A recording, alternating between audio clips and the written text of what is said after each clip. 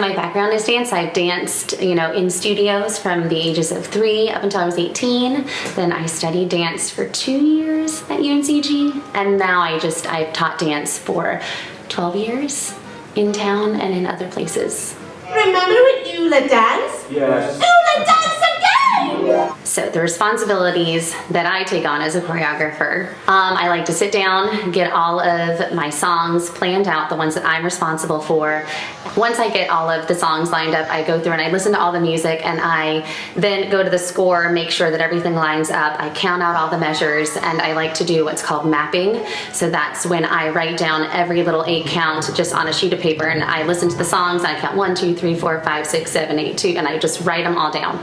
And then from there I can see like the map of the choreography, how many 8 counts I have, where it switches to 4, and all of that.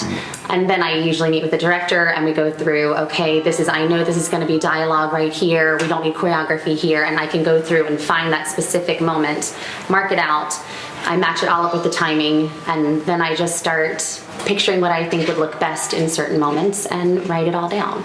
Your hands are in, you're just like, right and left and right and left. Then I want you to like bear hug, like get these big arms around your neck. Stinking. And then you're gonna like bounce, bounce, bounce, bounce, bounce, bounce, bounce on those words. All die Essen und Brennen, eine Tanten und Trinken, Tanten und Trinken, until stinking. Everybody!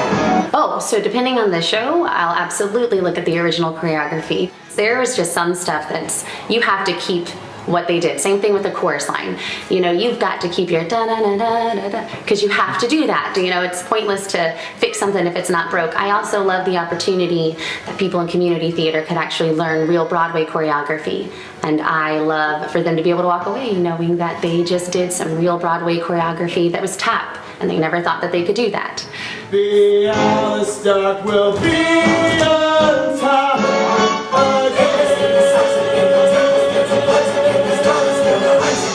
on top again.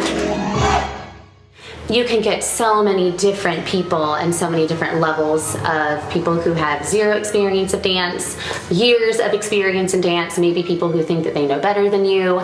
But again, from there, and I'm just such a personable person that I just like to really break down and get to know everybody and try to work through some of those obstacles because they are there. And again, I'm pretty open. If you guys are, have ideas about what you think might look better when it comes to that, I'll be open with that. I'm not super closed off.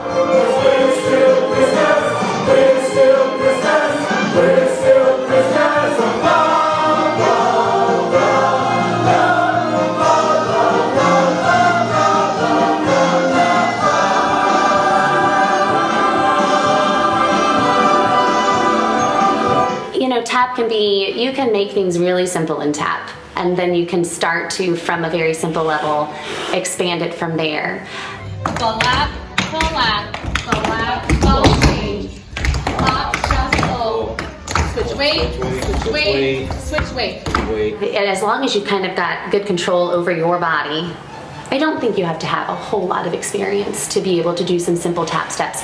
And sometimes simple is what sounds good and looks the best anyways.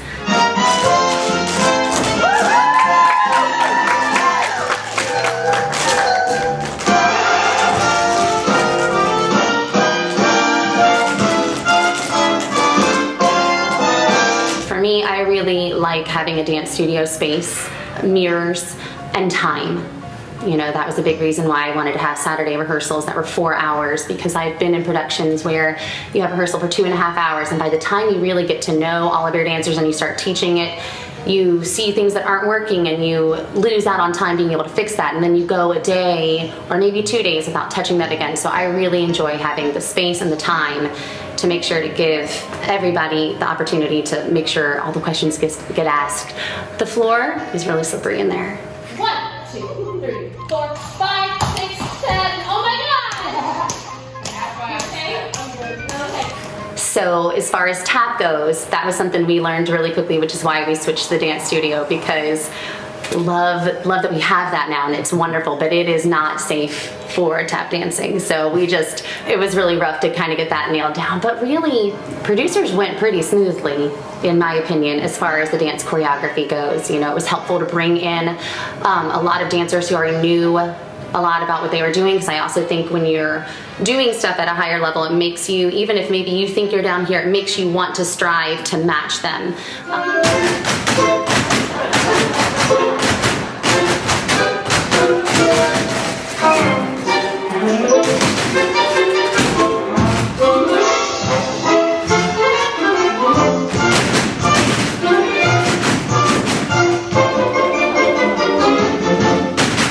So that I do need to sit down with the director and know what it is that we're looking at set-wise. And what I can say was really beneficial with producers is you were very precise on this is how much space you're gonna have. You and Cliff both sat me down and walked through every, this is how much feet you're gonna have, this is gonna be what this looks like. And that was really helpful because again, when you kind of go in and you don't know, you wind up having to change so much. So the set is crucial when it comes to choreography, when it comes to knowing where people are gonna come in and out from, because you don't wanna plan an entrance if there's gonna be a wall there, but you didn't know that. So you've gotta, I think it is crucial that you know what the set is going to look like, where your entrances are, your exits, and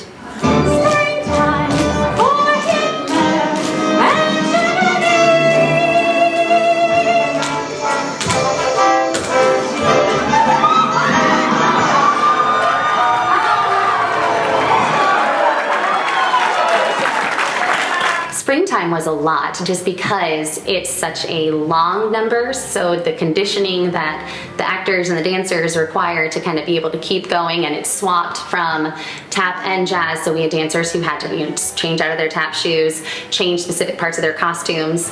That was difficult-ish, especially because I needed that tap number. There was a lot of them. I think we had 12 dancers in that versus the producer number, which maybe had 8 or 6 dancers. So we doubled that almost with the tap number, with the Springtime song. And again, because it was a military dance, you needed things to look very precise. We had to know which way our guns were facing, where our hands were. It was just way more precise than, say, the producer's dance needed to be when they're just showgirls and they just get to kind of be free and feel pretty. This was it needed to happen a certain way. Every hottie, hottie, hottie. Every hottie, hottie, hottie. Every hottie, hottie, hottie. Stand and cheer.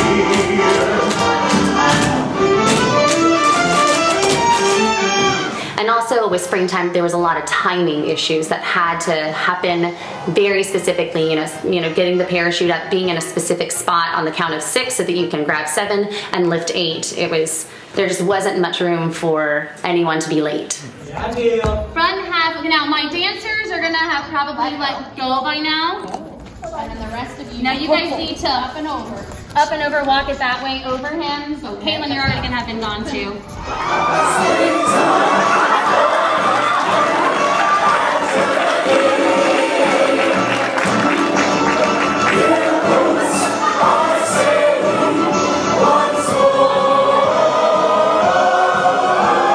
The last 30 seconds of Springtime for Hitler, from the parachute coming out to the end of the number, was a 2-hour rehearsal. Yes. But that's because of the number of people. So a good rule of thumb for choreographers is it takes about an hour to teach a minute of choreo. Now that's if your choreo is just straight. With this, we had, I feel like, at least 4 different things happening at one time. A lot of these people needing to learn this type of choreography coming on with their specific, timing. These dancers mirroring each other, but then having to swap rows. And then I had something going on up front with Ula and Neil. The way we go into war.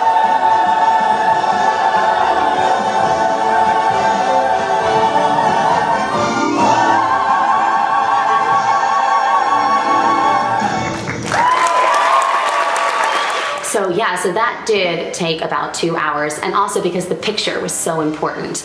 We wanted that picture to be this big moment of how did they just fit all of those people up on stage and it not looked cramped. I think that's really a huge thing. You can have productions where you've got so many people on stage and you can tell you've got too many people on stage. Or for this, I feel like we had so many people on stage, and even when I look at it, I'm so proud of it, because I'm like, it doesn't look like there are that many people on stage. So I feel like that's probably why it took 2 hours, just that 30 seconds.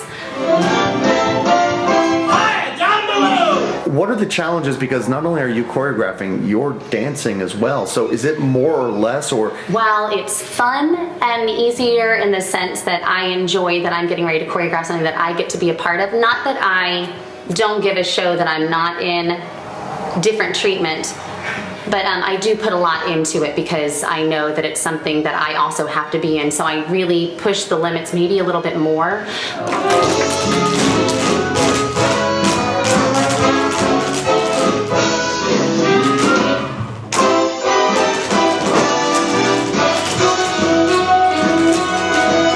What is difficult is being able to stand back, because in a show that I'm not in and I've choreographed it, I sit out on the stage all the time and I just get to take constant notes, whereas if I'm in the show I have to do a lot of videotaping, a lot of watching the live back on my own time, trying to remember to take the notes and then still give those notes, or pulling myself out and remembering that that spacing issue is because I'm out and hoping it doesn't mess up other people. I gotta have the right team for me to be able to be in a show and choreograph it. I gotta have the right cast to make that possible, because it is difficult, but also really fun. 1, 2, 3, 4, 5, 6, 7, 8. 1, 2, 3, 4, 5, 6, 7, 8.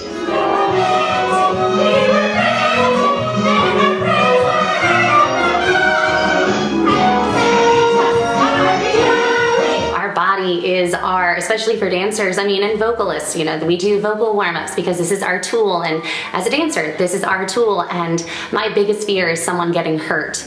If I'm a leader in something, and having been a dance teacher for 12 years, you know, we warm up every single time we go into class. I just think it's important to make sure we honor our body, respect our body, because especially with producers, I didn't make it easy. We had high kicks, we had can-cans, we did splits, and I've been in a situation where I've not warmed up properly and hurt myself during a show, because you do still get that boost of adrenaline that makes you think that you're good and that you can do it, and you'll fall down into a split, and then the next day you realize you were not ready for that. So I just think it's important for my dancers to always be warmed and ready to perform. Kick your butt. Have fun. And she's getting a call. Again. Turn left. I got lots of really great moments. I mean, I enjoyed my dance rehearsals so much. I can honestly say there was no drama with this show, and I loved that. Like, people came in and they wanted to be there.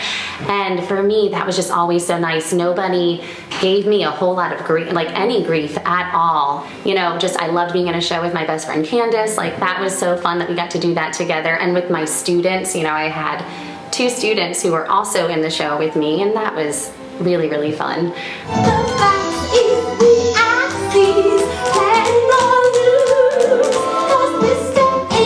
Who's that? That's me!